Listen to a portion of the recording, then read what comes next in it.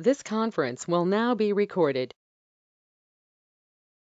Hi, my name is Jen Fife. I'm a part of the Partner Enablement team, and I will be going over the ACA module, primarily building out the profile, as well as some other additional components that go along with it. We are going to go ahead and jump right into building out the ACA profile. Now, I will say when you're building out ACA, a lot of the information, if not, about 99% of the information that you need to configure the ACA profile will come directly from the client. So you want to make sure that you get that information from the client before you start to configure ACA. Another thing to note, if you haven't turned on the ACA module in the marketplace, please go ahead and do so before you proceed with this recording. Once you have that ACA marketplace item added, under your menu option, you're going to have, if I go into admin and in profile policies, I'm going to see ACA Affordable Care Act. And I already have my profiles built out here, but you would typically go ahead and do a new ACA profile. You'll notice I have two different profiles. I have a non-variable and a variable. So my non-variable is really specifically used for my employees that are expected to work more than 30 hours per week or 130 hours per month. And then my variable profile here is really for my employees that don't work a set schedule per se, or maybe working more than the 30 or less than the 30 on a week-to-week basis, or the 130 on a month-to-month basis. Their hours are varying. We'll start with the variable profile, and that is my suggestion as well when you're building it out, to start with the variable, just because there's a few extra configuration items, and then you can clone it and adjust for the non-variable. So just like any other profile, you're going to go ahead and put in the name, the description, and then you come right into these settings specific to ACA. So multi-employer interim rule relief, that is a no or a yes dropdown, simple as that, and it's information that you should be getting from the client. In my experience, the client knows whether or not they qualify, and if the client's not sure, they typically can get that information from the broker, but 9 out of 10 times the client will know that information. The next setting below that, non-employees. So you would check that box if you were creating a profile for non-employees, exactly like it sounds. What this box is going to do, or when you turn it on, it's going to eliminate all the settings that you see below. And when you assign a non-employee profile to an employee in the system, the employee will not be counted on the 1094 as part of the employee count for the company. International employees, you would check that off if you were configuring a profile for international. In my 5 years of doing this, I've never experienced that. And then auto run. Best practice here is to have that checked off and have it set to run a few days at a minimum after the end of the month. What the auto run function does is it updates and recalculates each employee's ACA timeline based on what you set here. So if I say 7 days after end of the month, on the 7th day of the new month, it's going to look back and recalculate the information for the ACA timeline. And we will look at the ACA timeline. And then after that, we have non-variable hours employee expected to work more than 30 hours per week, 130 hours per month. I would check this off if I was configuring a non-variable hours profile, and you'll notice it just eliminated some settings. All right, so then we have first month cutoff day and these other settings here, measurement period, administrative period, and stability period. All of these settings really are applicable to new hires, specifically new hires in this instance. So first month cutoff day, what that's telling the system is that if an employee is hired on or after this day, that month that they're hired in is not considered month 1 for their measurement period. So for example, if I was to hire an employee today, April 7th, that employee, their first month for their measurement month is going to be April because it's before my cutoff day. If I was to hire someone on April 17th, the employee's first month for their initial measurement month would be in May because it's after that cutoff day. Then we have the measurement period. So the measurement period is really that look back period that the system looks at to determine the number of hours an employee worked in each month and whether they are considered full-time or part-time for ACA purposes. Your options here range from 3 months up to 12 months, and those are based on ACA regulations. Administrative period, this goes from 0, 1 to 2. This is for the client, really. It's that administrative time that the client has to process any changes that they need to. So whether that be notifying an employee they're now eligible for benefits, setting up the employee with benefits, anything related to that. And then you have your stability period. So this goes from a minimum of 6 months up to 12 months, again, ACA regulations. And the stability period is the amount of time that the employee is guaranteed whatever status that initial measurement period calculated them at. So if they were calculated at full-time, for 6 months, they are guaranteed a full-time ACA status. If they are part-time, then they're going to be stuck at that part-time status for the 6 months. Then we go into break in service configuration. So break in service, these settings are used to define how the system determines if a break in employment requires an employee to start their initial measurement period again if they're rehired. ACA regulations state that if an employee is terminated for less than 13 weeks and 26 weeks if it's an educational employee, they should continue in the same measurement period or stability period that they left off in. If they're gone for more than 13 weeks, or again, 26 weeks for educational employees, the employee will start over in a new measurement period or a stability period.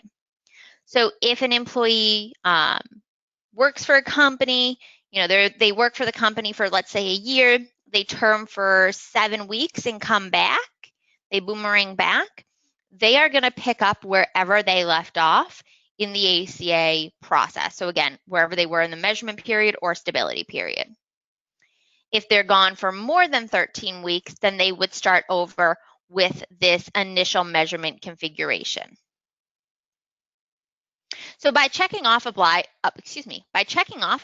and break in service rules, it's just giving you these options that you see below. If I had that unchecked, I wouldn't have those options. And then here's that 13 weeks or 26 weeks. Apply rule of parity. So the apply rule of parity allows an employer to bypass that 13 weeks if the break in service was longer than the initial period of employment.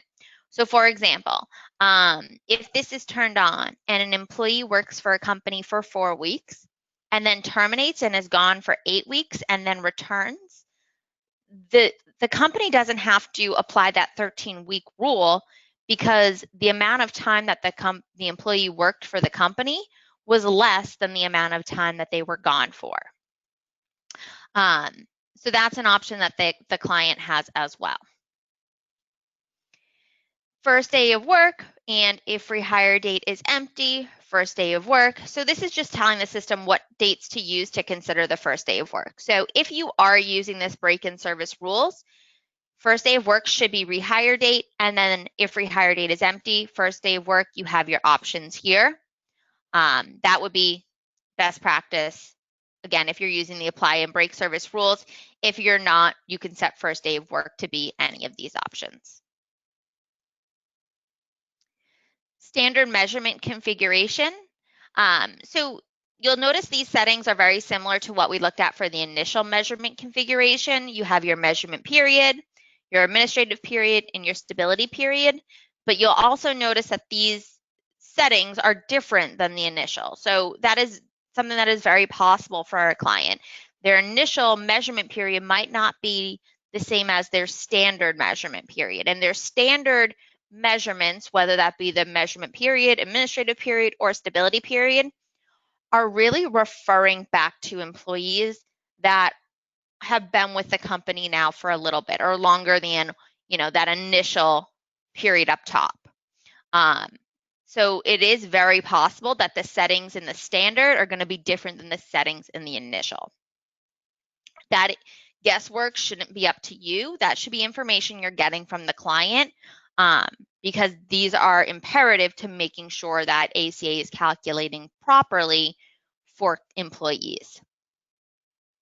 And they function exactly the same. Measurement period looks back, counts the hours. Administrative period is the amount of time the client has to process any changes. And then stability period locks the employee into that status that it calculated in the measurement period. And then measurement period starts on, this is just typically going to line up with the client's benefit start. From here, we get into building out the rules. So I already, again, have my profile built out, so I'm not going to click on add rule every single time as we talk through these. I will in a couple instances. First thing I want to point out here, initialize periods. That's always there. You don't have to add it. It's just something that the system automatically adds in for you. No configuration needed. And then we get into how the system's going to calculate monthly hours. So I have a TLM payroll company, so I'm looking at timesheet hours, but you do have the option to look at pay statement hours as well as counter hours. So I'm going to go up to this add rule, and I'm going to just show you these additional rules. So calculate monthly hours from counters, calculate monthly hours from payroll. From payroll, looks at the pay statement, pulls the hours from there. You can assign an earnings list and a pay statement type list, I believe, to be able to specify what to look for. Calculate monthly hours from counters. That's specifically for pay calc 2. So counters and timesheets will theoretically do the same thing. The key difference is timesheets is really for either pay calc 1 or pay calc 2, whereas counters is only going to work with pay calc 2. There's no best practice there on which one you choose, just a matter of, almost preference. And within here, you have effective dates. You're not going to really ever put in effective dates. There will be one rule that we'll talk to that you will use the effective dating, but other than that, you will leave it blank. Full-time hours populates in. You can choose raw hours or calculated hours, and then you can say how far back you want to recalculate initially.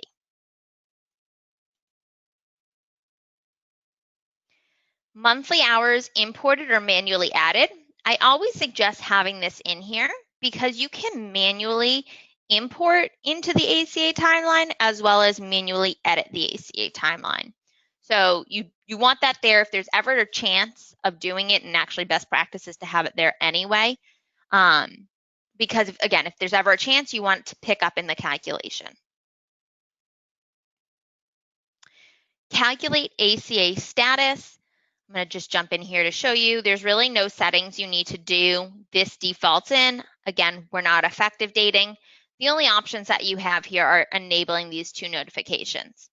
If you choose to enable these notifications, you still need to go under Global Setup Notifications and configure them there.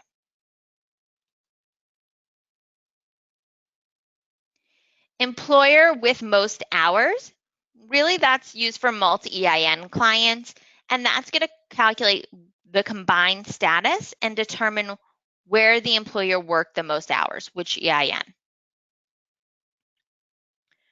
Predict change in status. That's just a flag that pops up on the ACA timeline to say, hey, an employee might be changing from full-time to part-time or vice versa, part-time to full-time, and you can turn on a notification. Okay, affordable plan offered. You'll notice I have 2, and this is the rule that you may choose to use effective dating on. It is not required. It's just if you want to do it this way, you can. So you'll notice I have my 2019 rule, and then my 2020 rule. So I utilize effective dating. I may not choose to do so, and I might just come in and update these rates every year. So instead of having multiple rules, I just use that one rule over and over and over again. This is one you are going to have to plug in information on. So plan costs, this percentage, we do not populate automatically.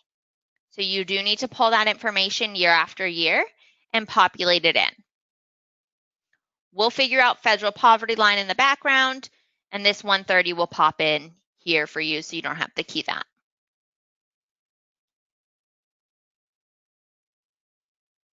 And then minimum value plan offered. So we will take a look at some settings that this is being triggered by, but there's a setting on the benefit plan where it looks to determine if the plan is a minimum value or not. Limited non-assessment. So that's going to just kind of flag whether the employee is in a waiting period or in a period where they're not being calculated for ACA purposes. 9 out of 10 times that's a waiting period. Compliance alert, that just flags again if there's an issue with something that's showing up on the employee's ACA timeline. Mainly if the client's out of compliance, they're not offering an affordable plan or a minimum value plan. And then your 1095 codes, so your line 14 and your line 15, and then your line 16. And then I always put in average hours and measurement period. And that's just one of those, you kind of just put it in there and forget about it. You don't have to, again, do anything for it. So that is building out a variable hours ACA profile. So now, like I mentioned initially when we first started, what I would do, let me actually save whatever change I made. What I would do is I'd clone this variable and go into it and rename it non-variable. And then just check off this box. That's all you need to do. I recommend on leaving all of these rules in place. In fact, I wouldn't even say you should remove them. Just leave it as is and you're good to go. And if you did need to create a non-employees, you could do that next. So now that we have our ACA profile built out, we now need to assign it to employees. Now you can do it on a mass basis. So you can go into mass edit and assign the profile to employees. You can filter how you need to assign the right profile. You can also assign it on an individual employee basis. I'm going to go ahead and pull up one of my employees and we'll take a look at where to assign the profile and what that triggers.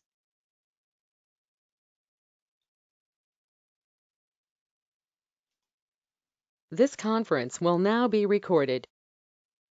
So we'll go into this employee here. And I have an ACA tab created. You will need to create that. You're not going to have that by default. So if we go into edit tabs, these are the windows you want to add into your ACA tab. And how you organize them is up to you. This is just how I put them on here.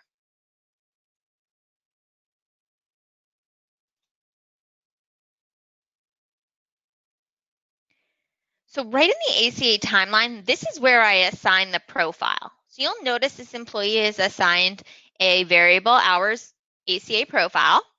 And this information is populated in. Now, had I originally just assigned the profile, this information wouldn't be populated. I have already recalculated the ACA timeline. So it's pulling in information that it sees from the employee's timesheet as well as benefits information. You'll note this right here, the hours for October are keyed in black as well as the hours for April. This is because I manually keyed this information in. So any manual edits that you make will show up in black, so that way you know that that is manual and not coming from wherever you're calculating the information from. And kind of, it's in a sense, it's an override, right? And then the system populates all this information out based on that profile that you created, as well as looking at the benefit plan that's assigned to the employee to determine things like minimum value and affordable. Now I'm going to change gears here for a moment, and I'm going to jump over to the benefit plans, because as I mentioned when we were building out the profile, there's a setting on the benefit plan to trigger or flag whether it is considered minimum value or not.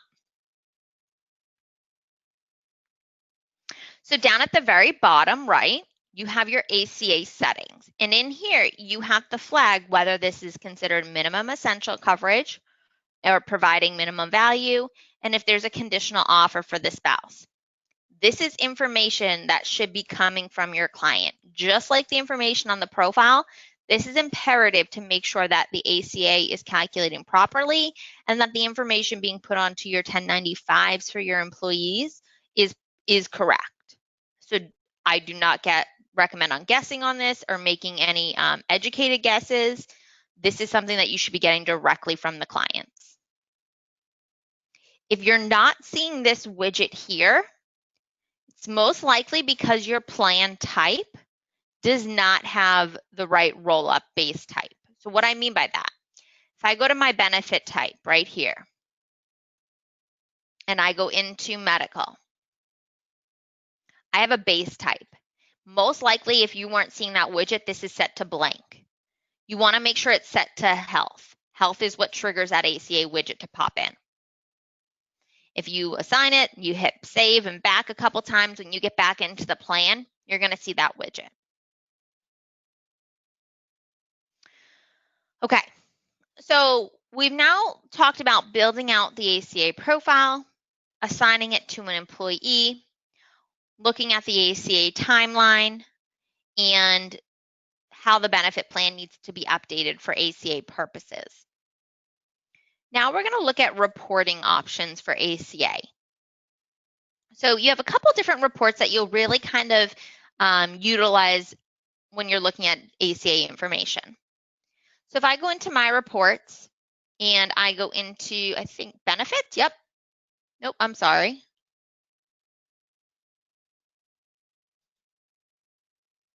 I'm just going to go like this for right this moment. Let's see. I'm sorry here. So we're going to go under benefits, ACA, and then we'll start with ACA Data Detailed.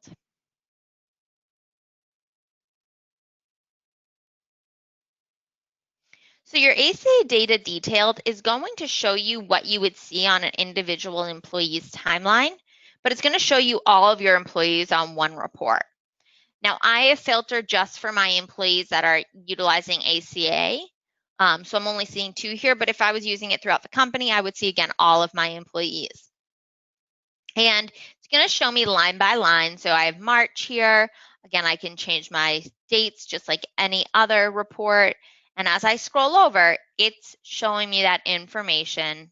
I'm not in an initial waiting period here, stability period. It's showing me that information that was on the ACA timeline. Another way to get that information. The next report that you'll use is going to be the Aca Data Summary. So this is going to show you all your employee information, but rolled into one big summary. So I have here March. Again, I can change my date range, but it shows me, okay, I have 1,217 hours worked for all my employees. 2 are ACA full-time, 30 are part-time, 21 of them are being offered affordable plans, so on and so forth. I can even drill into this information to see what these numbers are representing. Another report that you might utilize here is Employee ACA Actions. And this report, what I see it typically used for here is being able to recalculate the timeline. So like I said, initially when you assign people the ACA profile, you can do that on a mass basis, and then you can come in here and recalculate for everyone. You can pick the years that you need to do it for. Now, I will say, this may take a minute if you have a lot of employees. I've seen it take up to 5 minutes with over 300, 500, 700 employees. So when you go to do this, just keep in mind it's not an instantaneous like some of the other reports. It is going to take a few minutes. If you only have 10 employees, then it's going to be pretty quick. So it just depends on how many employees you have. And then year-end processing. So if we come in here, this is where you would go to process your ACA at the end of the year. It walks you through the steps just like it would if you were processing TLM or your payroll. You have the different ACA prep steps, if you will. So I'm going to go into my 2019, and it's yelling at me because I haven't done a whole lot yet. It tells me I need to populate my 1095 forms. I need to finalize them. I can deliver them. I can populate my 1094, same thing, finalize and deliver. And then I can generate my AIR files and submit them right from here. So it walks you right through the process, and it's pretty straightforward. Okay. Now to get to your 1095s and your 1094s, those live in the same place, but they're under forms. And then 1095 or 1094 and the 1094 employee count. So we'll go to 1095. And this is something you will have to do at the end of the year. You can mass add new for all your employees at once. I'm going to do it for just one employee right now.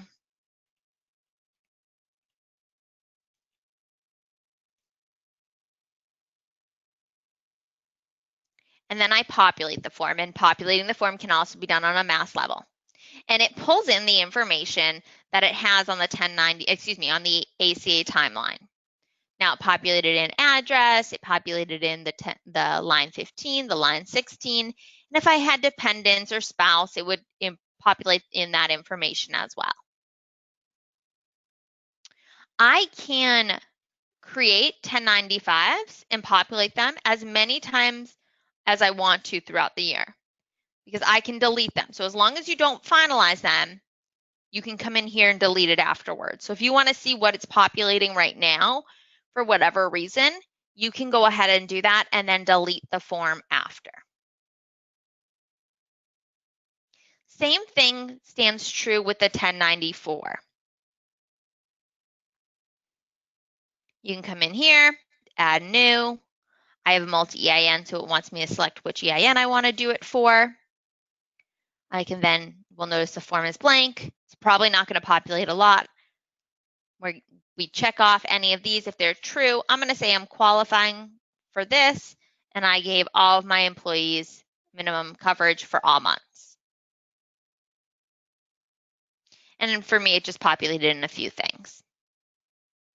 But again, as long as I don't finalize this, I can go back and I can delete it.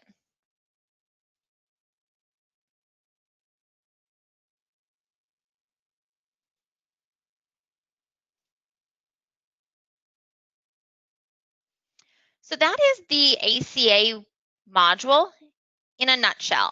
High level, I understand that, but it gives you the starting points for creating the ACA profile, as well as assigning profiles to employees, reviewing the timelines, and understanding the reporting options. As you're going through this, if you run across any questions, please go ahead and either reach out to support or your enablement trainer if you are still in enablement, and we'll be happy to assist you with any questions that you have. I hope this was helpful, and I hope this gets you started off in the right direction. Thank you.